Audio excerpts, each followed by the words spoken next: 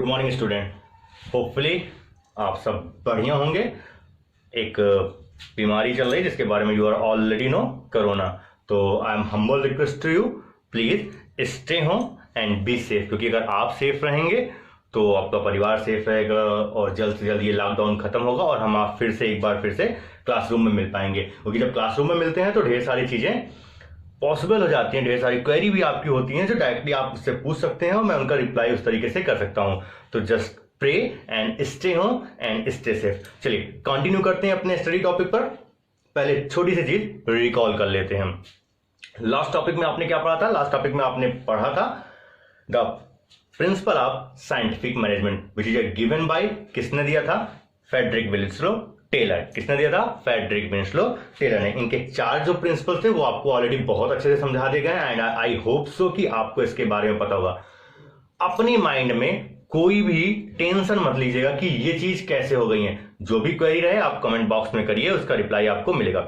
चलिए एक बार रिकॉल कर लेते हैं जल्दी से। सबसे पहले आपने पढ़ा था science not rule of the thumb. जो साइंस होगा वो अंगूठे छाप नियम नहीं हो सकते हैं। It is a purely based on the experiments and the logical scientific view पर डिपेंड रहेंगे। दूसरा आपने पढ़ा था हार्मोनी नॉट डिस्कार्ड की ऑर्गेनाइजेशन में किसी भी एम्प्लॉय के बीच में कोई भी डिस्प्यूट नहीं होना चाहिए, एक दूसरे का कोऑर्डिनेशन होना चाहिए, तभी ऑर्गेनाइजेशन क्लियर करेगी।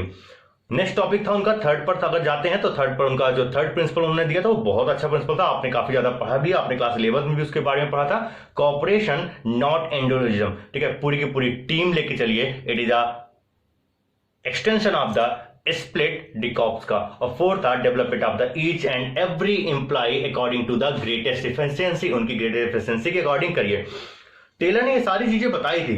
अब टेलर ने इसके अलावा एक तरीका भी बताया था ऑर्गेनाइजेशन को, मैनेजमेंट को एक तरीका भी बताया था कि you should the work like this way, it is a betterment for the organisation. अगर काम को आप ऐसे करेंगे तो चीजें क्लियर होंगी। सिंपल सी चीज है कि आपके जो टोटल सब्जेक्ट हैं आपके स्ट्रीम में, क्या सारे सब्जेक्ट पे आपकी कमांड सेम जैसी है? 1-2 लोग को छोड़कर। ठीक है, जाहिर सी बात है अगर आपको अकाउंट अच्छा लगता होगा तो बिजनेस उससे थोड़ा सा कम अच्छा लगता है। If you are better in the accountancy you are basically having the trouble in the English. If you are better then to the business you are having the trouble into the accountancy. तो वो सारी चीजें clear रहती हैं, तो बहुत clear cut करके चलेंगे। क्योंकि सबसे ज्यादा प्रॉब्लम आती है जब आपसे केस स्टडी पूछी जाती है and you haven't any idea how to crack the case study. तो बने रहिए मेरे साथ, मैं आपको केस स्टडी की हर वो बारीक चीजें बताऊंगा जहां पर आपको प्रॉब्लम क्रिएट होती है। स्टार्ट करते हैं अपने नए टॉपिक पर, technique of the scientific management. Here this is technique of the scientific management. किसने दिया है? जाहिर सी बात है it is given by the Taylor. कौन दिया इनको? टेलर ने दिया था। इन्होंने बहुत सिंपल सी चीज कही थी कि एक इंसान हर फील्ड में बेटर नहीं हो सकता है। एक इंसान हर फील्ड में बेटर नहीं हो सकता है। कोई सेल्स में बेटर होगा तो कोई प्रोडक्शन में बेटर होगा। इसलिए उनकी एफिशिएंसी के अकॉर्डिंग उन्होंने एक सजेशन दिया ऑर्गेनाइजेशन को कि वर्करों को कुछ एरिया में बांट दीजिए। प्लानिंग और प्रोडक्शन डिपार्टमेंट, 2 डिपार्टमेंट बनाए हैं और इन्होंने कहा ताकि वर्करों को according to the strength and according to his choice आप इनको इन 2 डिपार्टमेंट में डिस्ट्रीब्यूट कर दिए ताकि चीजों बहुत आसान हो जाए और ऑर्गेनाइजेशन को हमेशा एफिशिएंसी क्लियर हो जाता है। Efficiency means the work should be complete as minimum cost. चलिए पहला इन्होंने क्या प्रिंसिपल दिया था? पहला इन्होंने दिया है functional foremanship. Functional foremanship it is a extension of the division of labour and principle of specialisation. Division of labour क्या कहता है कि वर्करों को छोटे छोटे प्रोजेक्ट के लिए हैंड ओवर कर दीजिए। And principle of specialisation, principle of specialisation मतलब कि जो भी वर्कर जिस भी फील्ड में स्पेशलाइज है उसको उसी फील्ड में दीजिए। It is related to the staffing कि अगर कोई अकाउंटेंसी में बेटर है तो फिर आप उसको अकाउंटेंसी का डिपार्टमेंट दीजिए। कोई अगर सेल्स के डिपार्टमेंट में बेटर है तो उसको सेल्स का डिपार्टमेंट दीजिए। सेकंड टॉपिक इन्होंने क्या कहा? इन्होंने कहा है वर्कर, जो मैं अभी आपसे डिस्कस कर रहा था, worker can not be accept in the full aspect कि जो वर्कर होते हैं वो हर एक फील्ड में एक्सपर्ट नहीं हो सकते हैं। कोई वर्कर होगा वो किसी और फील्ड में एक्सपर्ट होगा, कोई दूसरा वर्कर होगा वो किसी और फील्ड में आपका एक्सपर्ट होगा। इसीलिए ही advise the 8 foremanship for planning and production. इन्होंने क्या किया है, एडवाइस दिया है कि आप अपने ऑर्गेनाइजेशन को 2 पार्ट में डिवाइड कर दीजिए। किसमें किसमें, एक प्लानिंग में डिवाइड कर दीजिए और एक प्रोडक्शन में, प्रोडक्शन डिपार्टमेंट में कर दिए, और दोनों के अंदर 4 कैटेगरीज डिवाइड कर दीजिए। And each and every person should be responsible for their duties. Note कर लीजिए इसको।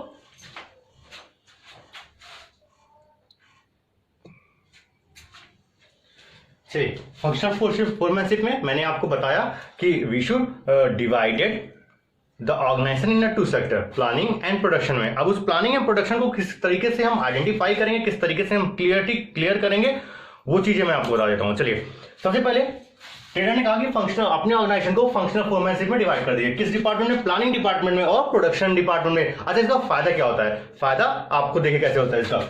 इन्होंने पहला कहा पॉइंट, रूट क्लर करिए। पहली चीज तो प्लानिंग का दैट मीन्स कि what we are going to do, हम क्या करने जा रहे हैं, उसके लिए पहले मुझे एक प्लान करना पड़ेगा। और प्लान कैसे करेंगे, तो भैया प्लान करना है तो प्लानिंग जो एरिया में, प्लानिंग डिपार्टमेंट में जो लोग हैं उनको आप 4 कैटेगराइज में डिवाइड कर दिए। पहला रूट क्लर्क। रूट क्लर्क का क्या काम हो जाएगा, रूट क्लर्क आपसे क्या करेगा, responsible the route of the production. यानी ये जो पर्सन होगा, जो रूट क्लर्क होगा, ये हाउ टू द प्रोडक्शन कैसे होगा, इस चीज की रिस्पॉन्सिबिलिटी, इस चीज का जो डायग्राम है, इस चीज का जो ब्लूप्रिंट होगा, वो कौन प्रिपेयर करेगा, it is prepared by the route clerk.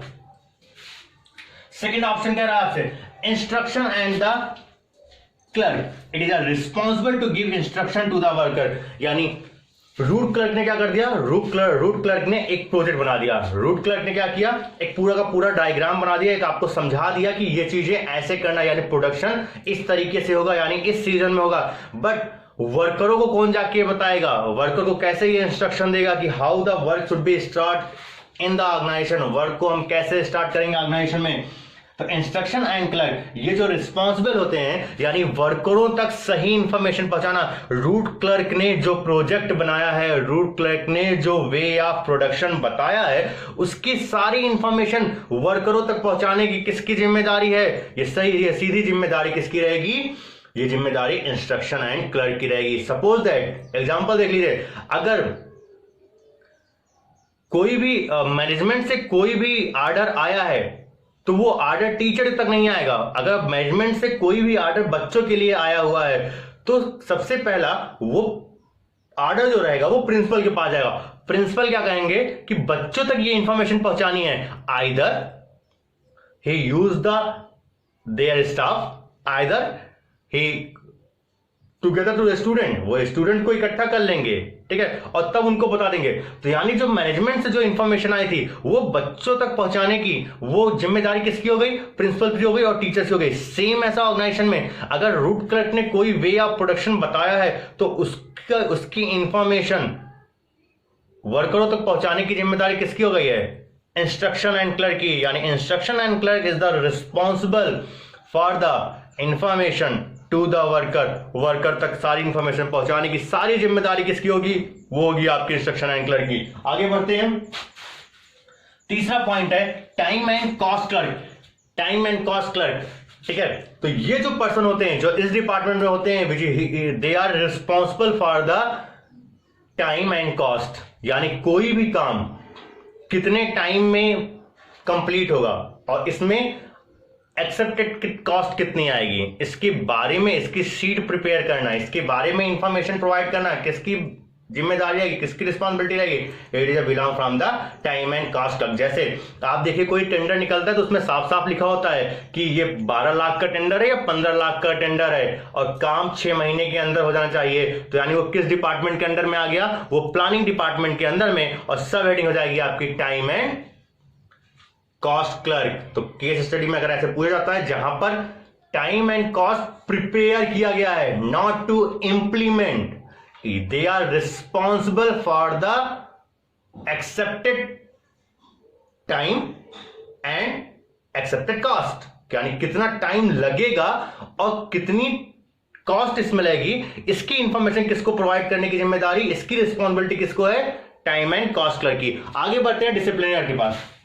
4th point हमारा डिसिप्लिनियर, ठीक है, दैट मीन्स ये जो पर्सन हो सकते हैं इनको कह सकते हो कि भैया ये ऑर्गेनाइजेशन में they are working for the police, working as a police, army, NSG commando, जो कुछ कहिए वो इनकी जिम्मेदारी है। कंपनी के अंदर वर्करों के बीच में, स्टाफ के बीच में डिसिप्लिन बनाए रखना, ये किसकी जिम्मेदारी है? ये जिम्मेदारी है डिसिप्लिनियर की, यानी नियम का पालन कराने वाला।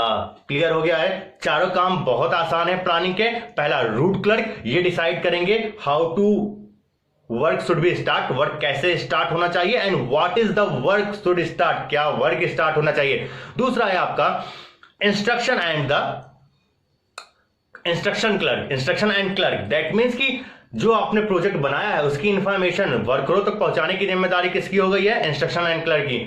टाइम एंड कॉस्ट क्लर्क, यानी जो आपने वर्क डिसाइड किया है, which is decided by the route clerk, how the accepted time and the actual cost should be included या should be invested in the organisation for that project. ये कौन decide करेगा? ये आपको डिसाइड करेंगे time and the cost clerk. और आखिरी में आता है आपका डिसिप्लिनर। ये आप कह सकते हैं भैया ये आपके ऑर्गेनाइजेशन की एनएसजी कमांडो होती है, ये इनकी जिम्मेदारी बनती है कि भैया कंपनी के अंदर पूरा का पूरा डिसिप्लिन बनाना है। अगर नहीं बनता तो सबसे पहले ये हो रहे जाएंगे, सबसे पहले इनको लाल किया जाएगा, क्योंकि आपको जिम्मेदारी दी थी कंपनी के अंदर डिसिप्लिन रहे, और आप अगर आप इसमें you are a fail for your task, you should be fired in the organisation, because we are a paid money for your work, not your attention. इसका एक आगे प्रिंसिपल भी है जो हम आगे सीखेंगे। चलिए आगे बढ़ते हैं, प्लानिंग से बढ़कर प्रोडक्ट डिपार्टमेंट बढ़ते हैं, प्रोडक्शन डिपार्टमेंट की तरफ बढ़ रहे हैं। तो प्रोडक्शन डिपार्टमेंट क्या कहता है हमारा? अच्छा, प्रोडक्शन क्या होता है? एक ऐसा एरिया, मतलब फैक्ट्री कह सकते हैं इसको, आप कह सकते हैं this is the belong from the office area, इसको कह सकते हैं belong from the factory area. तो प्रोडक्शन डिपार्टमेंट की बात कहा गया है तो सबसे पहले आ गया है स्पीड बॉस। बॉस का मतलब एक्चुअल में बॉस है यहां पर, speed boss, responsible for timely work, यानी अगर आपका काम देर से होता है, यानी गिवन टाइम के बाहर काम होता है, किसको लाल किया जाएगा? सही बात है, स्पीड बॉस को लाल किया जाएगा कि भैया आपको जब टाइम और कॉस्ट क्लर्क वाले ने डिसाइड कर दिया था कि आपका काम 6 मंथ में कंप्लीट होना चाहिए, तो फिर आपका काम 6 मंथ से ज्यादा क्यों कंप्लीट हो रहा है? 6 मंथ से ज्यादा भी हो गए, आपके काम कंप्लीट क्यों नहीं हो पा रहे हैं? Who should be responsible for their work? Responsibility should be wear by the speed boss, यानी speed boss is the responsible for the project done in the actual given time, यानी जो आपका स्पीड बॉस होगा वो responsible होगा कि जो आपका प्रोजेक्ट है वो आपके टाइम वर्क में कंप्लीट होना चाहिए। अच्छा, ये मत सोचिए कि बाबा मैं अगर ऐसे कर रहा हूं तो क्या मतलब है? भाई लॉकडाउन चल रहा है, कह रहा हूं आप भी कर रही है, मैं भी कर रहा हूं, तो बार बार बंद है तो फिर कैसे बनवाऊं? तो बस ऐसी जगल को झेलो, इसको मत झेलो, इसको झेल लो। दूसरा आगे बढ़ते हैं, गैंग बॉस। क्या चीज? समझ रहा हूं क्या मतलब है, भावनाओं पे थोड़ी सी कंट्रोल रखें। गैंग बॉस है, गैंग कुछ और नहीं है, ठीक है? गैंग बॉस है everything is ready for work, यानी गैंग बॉस ये रिस्पॉन्सिबल होते हैं कि भैया आपको काम शुरू करने के लिए जो भी मशीनरी चाहिए, जो भी टूल्स चाहिए, क्या वो ऑर्गेनाइजेशन में रेडी है कि नहीं, और अगर ऑर्गेनाइजेशन में नहीं है तो उसकी रिक्वायरमेंट डालिए, आप उसको आप अरेंजमेंट करिए। वो सारी जिम्मेदारी किसकी है? वो सारी जिम्मेदारी है आपकी, गैंग बॉस की है। हम काम करने पहुंचते पता चलता है कि मशीनरी तो रखी है, लेकिन मशीनरी को ऑन करने के लिए जो सेफ्टी इक्विपमेंट चाहिए वो सेफ्टी इक्विपमेंट तो वर्करों के पास है ही नहीं है। तो क्या गलती यहाँ स्पीड बॉस की होगी? नहीं, स्पीड बॉस सिर्फ इतने लिए रिस्पॉन्सिबल है कि काम टाइम पर क्यों नहीं कंप्लीट हुआ। Gang boss is the actual responsible for the proper work instrumentation available in the organisation. Third है आपका रिपेयर बॉस। देखिए एक दूसरे से कोरिलेट कर रहे हैं।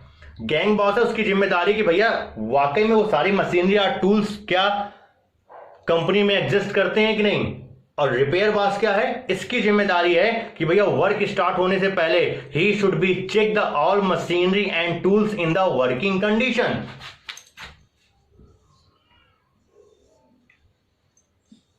यानी रिपेयर बॉस की जिम्मेदारी है कि भैया कि जो भी आपके जो आपकी मशीनरी है, जो आपके टूल्स हैं, क्या वो वर्किंग कंडीशन में है? ऐसा तो नहीं कि जो गैंग बॉस ने जो भी मशीनरी इक्विपमेंट लाए हैं वो मान चला कि काम करते वक्त तो वो काम स्टार्ट ही नहीं हो रही हैं, तो किसकी गलती है? वो गलती है आपके रिपेयर बॉस की, because he should not check, या इन्होंने नहीं चेक किया था कि क्या वो स्टार्ट हो रहे, काम करने से पहले क्या स्टार्ट हो रहे हैं। मान चला कि हम लड़ने जा रहे हैं और बंदूक लेके गए, उसमें मान चला गोली ही नहीं है, क्या उससे खिलौने से डराओगे कि उसके बंदूक के लोहे से उसको मारोगे? तो ये दैट मीन्स कि it's your responsibility, that mean your मतलब it is a repair boss responsibility कि भाई अगर आप काम स्टार्ट करने जा रहे हैं, you should have the all machinery in the working condition. Last point है इंस्पेक्टर, इनको कह सकते हो जज साहब, याद रखना। डिसिप्लिन प्लानिंग डिपार्टमेंट, ये आपके कमांडो थे, ये पुलिस थी, ये डिसिप्लिन बना रहे थे। लॉकडाउन में निकलोगे 4 सोटा मार देंगे, यानी ये कौन हो गए? पुलिस हो गए। ये इंस्पेक्टर हैं, maintain quality of the work, यानी जो भी काम हुआ है प्रोडक्शन डिपार्टमेंट में, जो भी यूनिट प्रोड्यूस की है, क्या उसकी क्वालिटी सही है कि नहीं? कहीं ऐसा तो नहीं कि उसकी क्वालिटी इतनी खराब है कि उससे आपकी कंपनी का ब्रांड खराब हो जाए, उससे आपकी इमेज खराब हो जाए। इस चीज के लिए रिस्पॉन्सिबल कौन होगा? इंस्पेक्टर होते हैं। जैसे कम्युनिटी किचन में खाना बन रहा है तो उसको चेक करने के लिए बेसिकली डिपार्टमेंट से या तो डीएम खुद चले जाते हैं या फिर डिपार्टमेंट से किसी को भेजते हैं, दैट्स कॉल्ड इंस्पेक्टर। इंस्पेक्टर मतलब जो सारी चीजों को इंस्पेक्ट करता है, दैट्स कॉल्ड इंस्पेक्टर। तो दैट इज क्लियर। ये सारी चीजें आप नोट कर लीजिए, आपको केस स्टडी में ये बहुत ज्यादा हेल्प करने वाली हैं। चलिए नोट कर लीजिए इसको पॉज करके।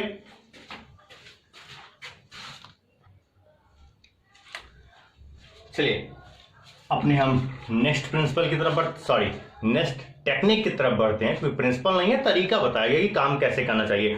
दूसरा है आपका जो टेलर कह रहे हैं, स्टैंडर्डाइजेशन एंड द सिंप्लीफिकेशन।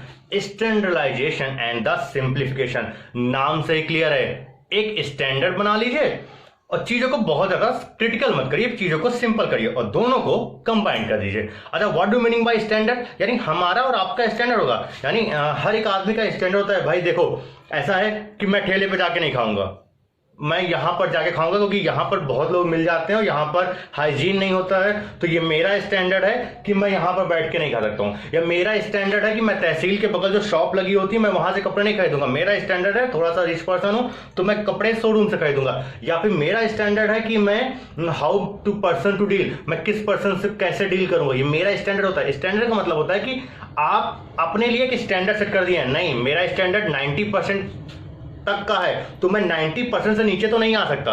मेरा स्टैंडर्ड यार 33% नहीं कि मैं इतनी मेहनत करके 33% लेकर आऊं, नहीं मेरा स्टैंडर्ड है कि मैं I have to get the more than 90% या एग्जैक्टली 90%। मैं 90% तक का मेरा स्टैंडर्ड है, तो मैं उससे बिलो तो नहीं सकता है। मैंने 10th में एक सेट बना दिया है, मैंने 10th में एक अपने लिए स्टैंडर्ड सेट कर दिया है 85%, तो अब 85% से नीचे 12th में तो लाने का कोई सवाल ही नहीं बनता है। तो ये होता है स्टैंडर्ड।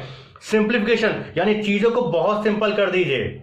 आप सिंपल कर दीजिए, भैया ऐसा है कि 3 घंटे मुझे ये पढ़ने हैं, 2 घंटे ये पढ़ने हैं, 1 घंटे ये पढ़ने हैं। बहुत सिंपल है, इसमें कोई भी डिस्प्यूटेड नहीं होना चाहिए। बट अगर हम ऑर्गेनाइजेशन की तरफ आते हैं, अगर ऑर्गेनाइजेशन की बात करते हैं तो प्रोडक्ट मैनर में होता है प्रोडक्ट मैनर। प्रोडक्ट के लिए स्टैंडर्ड क्या होता है? प्रोडक्ट के लिए स्टैंडर्ड होता है कि set the standard of the size, यानी आपने स्टैंडर्ड सेट कर दिया है कि भैया हमारा जो प्रोडक्ट है वो इससे छोटा या इससे बड़ा नहीं होगा। जितने भी हमारे कंप्यूटर हैं वो चाहे बहुत बड़ा बना ले या बहुत छोटा बना ले, लेकिन मेरा स्टैंडर्ड का जो है, मैंने जो सेट किया अपना स्टैंडर्ड कि यार इस क्वांटिटी के नीचे मैं नहीं जा सकता हूं, तो वो मेरा स्टैंडर्ड होता है। प्रोडक्ट की डिजाइन हम ऐसे करते हैं, भले ही हमारी कॉस्ट ज्यादा लग रही है, लेकिन हो सकता है कि प्रोडक्ट की डिजाइन की वजह से प्रोडक्ट अट्रैक्टिव हो रहा हो। तो मेरे लिए ये जरूरी है कि प्रोडक्ट की जो डिजाइन होगी, प्रोडक्ट का जो एरिया होगा, प्रोडक्ट का जो क्वालिटी होगी, प्रोडक्ट का जो शेप होगा, we should give the standard. हमने एक स्टैंडर्ड सेट किया अपने प्रोडक्ट के लिए कि भैया मैं इससे नीचे तो नहीं आ सकता हूं। I can not be compromise with the size, design, quality, shape in the product. हम अपने प्रोडक्ट में इन सारी चीजों से कंप्रोमाइज नहीं करेंगे। अच्छी कंपनियों को आप ले लीजिए, वो अपने प्रोडक्ट से कभी भी कंप्रोमाइज नहीं करते हैं, वो अपने जो भी अपने स्टॉक है उससे कंप्रोमाइज नहीं करते हैं। और इसीलिए देखिए जो ब्रांडेड चीजें होती हैं भले वो महंगे ही होते हैं, लेकिन लोग उनकी तरफ ज्यादा अट्रैक्टिव होते हैं। रीजन जस्ट वाई रीजन कि उन्होंने अपनी क्वालिटी में कभी भी कंप्रोमाइज नहीं किया है। सिंपल सा उसी से रिलेटेड आप ले लीजिए, आईफोन ले लीजिए। सबसे ज्यादा बिकने वाला फोन अगर कोई है तो वो है आईफोन। क्यों? क्योंकि उसने अपना एक स्टैंडर्ड सेट किया है कि भैया मेरा फोन होगा वो ऑलमोस्ट एलीट क्लास पीपल के लिए होगा, वो लोअर क्लास कास्ट के लिए नहीं होगा। मेरा कॉस्ट मतलब यहाँ पे फाइनेंशियल स्टेटस से है, उनकी धर्म और जाति पे नहीं है। तो ध्यान दीजिएगा कि मेरा जो प्रोडक्ट है वो एक अपर क्लास के लोगों के लिए है। क्लियर हो गया है प्रोडक्शन डिपार्टमेंट में। दूसरा कहता है सिंप्लीफाई, यानी अपने आप प्रोडक्शन मेथड को बहुत सिंपल रखिए। सिंपल रखने से क्या होगा, एकदम ट्रांसपेरेंसी होनी चाहिए। आप अपनी लेबर, अच्छा इससे क्या होगा, अगर आप अपने प्रोडक्ट को बहुत ही इजी वे रख रहे हैं, सिंपल कर रहे हैं, तो आपकी रिड्यूस होगी लेबर कॉस्ट। सीधी सी बात है, आपकी लेबर कॉस्ट रिड्यूस होगी। लेबर कॉस्ट रिड्यूस होती है तो भी आपको प्रॉफिट मिलता है। इंक्रीज वर्क इफिशियंसी, अगर आपने सबका एरिया डिवाइड किया हुआ है तो जाहिर सी बात है हर एक पर्सन अपनी फील्ड में स्पेशलाइजेशन के अकॉर्डिंग वर्क कर रहा है, तो जाहिर सी बात है he put the more energy and the more interest to their work. तो जाहिर सी बात है, क्लियर हो गया। Eliminate unnecessary diversity of product, कि आपका जो सिंपल से कह रहा है eliminate unnecessary diversity of product, यानी जो भी आपके प्रोडक्शन में या प्रोडक्ट में जो भी आपकी अननेसेसरी डाइवर्सिटी है, जैसे आपने कोई प्रोडक्ट दिया है जिसमें उसका यूज नहीं होता है, या प्रोडक्ट का उस वर्क से वो थोड़ा सा खराब हो रहा है, तो जाहिर सी बात है फिर आपको you should have to remove the undiversity of the product को अनडाइवर्सिटी जो उनकी चीजें होती हैं उनको आपको रिमूव करना पड़ेगा। इसके लिए बिल गेट्स ने क्या कहा था, इसी लाइन से रिलेटेड बिल गेट्स ने कहा था कि I will give the most difficult work to the most laziest person, यानी मैं अगर बिल गेट्स हूं तो बिल गेट्स ने कहा था कि अगर मुझे दुनिया का सबसे मुश्किल काम करना होगा तो मैं उस मुश्किल काम को सबसे लेजी पर्सन को दूंगा, सबसे आलसी इंसान को दूंगा। ऐसा उन्होंने क्यों कहा था, उन्होंने सिंपल से जान रहे थे क्योंकि जो आलसी आदमी होगा वो काम करने का सबसे आसान तरीका निकालेगा। तो क्लियर हो गया है। सेट द स्टैंडर्ड, अपने प्रोडक्ट के लिए स्टैंडर्ड सेट करिए और प्रोडक्शन डिपार्टमेंट को बहुत सिंपल रखिए, सिंप्लीफिकेशन करिए, प्रोडक्ट को भी सिंप्लीफिकेशन करिए। ऐसा ना हो कि आपने जो है कोई प्रोडक्ट ऐसा बना दिया, कोई टूल्स ऐसे बना दिए हैं जिसको ऑपरेट करने में डिफिकल्टीज आ रही है, तो आदमी आपके प्रोडक्ट को परचेज नहीं करेंगे क्योंकि आपके प्रोडक्ट को डिफिकल्टीज बहुत ज्यादा आ रही हैं। ठीक है, तो उसीलिए उस डिफिकल्टीज से बचाने के लिए उन्होंने कहा था कि you should be prepare the standard and the simplification. तो इसको नोट कर लीजिए, फिर आगे बढ़ते हैं।